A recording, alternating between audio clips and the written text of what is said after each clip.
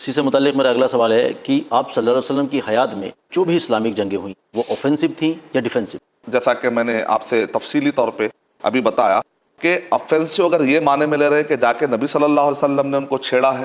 تو ایسا کوئی بھی آپ واقعہ نہیں بتا سکتے، چیلنج ہے اس کے لیے۔ اور اگر ڈیفینسو اس معنی میں کہ نبی صلی اللہ علیہ وسلم کو تکلیف دی گئی تو نبی صلی اللہ علیہ وسلم نے اپنا دفاع کیا تو یقیناً اس لحاظ سے ڈیفینسو ہے۔ اور پری ایمپٹیو بھی بعض اوقات بتائی جاتی ہے، جیسا کہ جنگ خیبر میں نبی صلی اللہ علیہ وسلم کو یقینی طور پر اطلاع مل گئی کہ اب وہ لوگ حملہ کرنے والے ہیں، تو حملے کا انتظار کرتے تو نہیں بیٹھیں گے، تو وہاں جا کر آپ نے رکا دیا۔ بعض لوگ اس کو سمجھتے ہیں کہ یہ افینسو، یہ افینسو نہیں، یہ پری ایمپٹیو ہے۔ الفاظ کو سمجھنے کی کوشش کرنا چاہیے، کیونکہ جب ہم کہتے ہیں ہاں بھائی نبی صلی اللہ علیہ وسلم نے بھی افینسو کیا، تو پوچھنے والے کے دماغ میں کیا ہے، وہ افینسو سے مراد لے رہے ہیں جو شرارت کر کے جو چھیڑتے ہیں، جیسے ڈاکو ہوتے ہیں، شرارتی لوگ ہوتے ہیں، وہ چھیڑ کے لوگوں سے جنگیں چھیڑتے ہیں، اس معنی میں افینسو کہتے ہیں وہ لوگ۔ تو ہم کہیں گے اسلام تو اس سے بری ہے، ہم تو شرارت کرتے ہوئے جنگوں کو چھیڑنے والے، ہم پیسفل اپروچ والے لوگ ہیں، ہم کسی سے جنگ چھیڑتے نہیں ہیں۔ لیکن اگر کوئی حملہ کرتا ہے تو ایسے اوپر اسلام اجازت دیتا ہے، لیکن حدود، قید، شرطیں، بہت ایسے شرطیں جس کی وجہ سے کہیں پر بھی دہشت گردی کا کوئی سوال نہیں اٹھتا،